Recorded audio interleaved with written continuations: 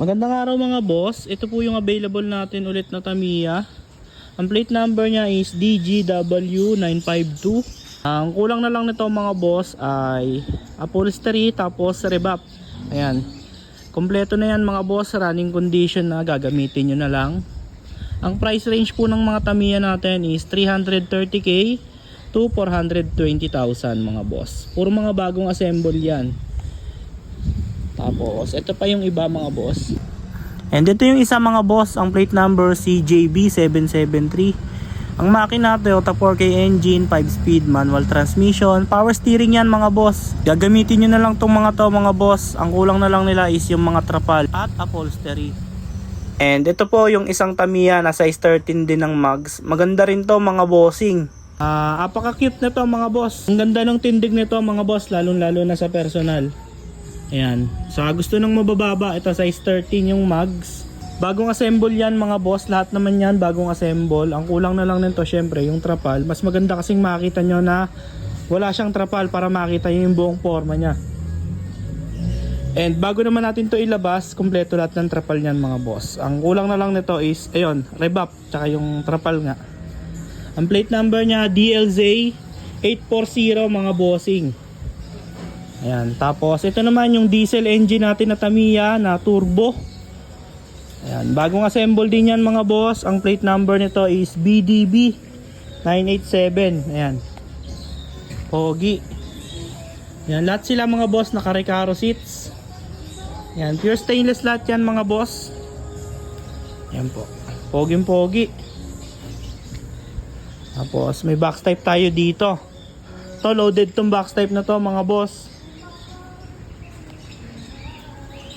Halos ganito yung sounds niya, no? Ayan. Ito sinesetapan mga boss eh, no? Ampli pa lang. Madugo na. Ayan. Tapos ayan yung loob. Pakita natin ng konti. Ayan.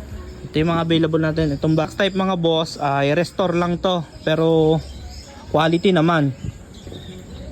Ayan. Brand new lahat ng gulong. Size 70 ng mags.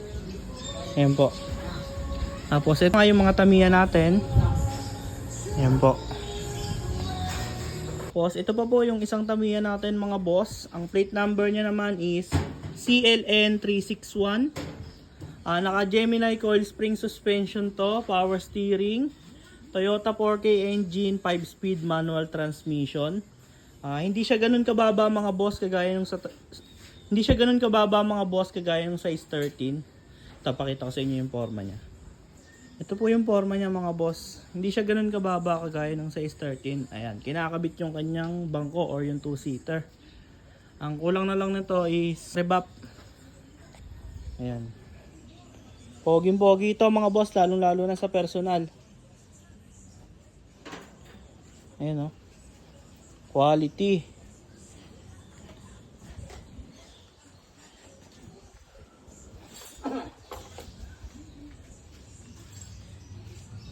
Ayan. Sa mga interesado mga boss, tawag lang kayo sa number na naka-flash dyan sa screen.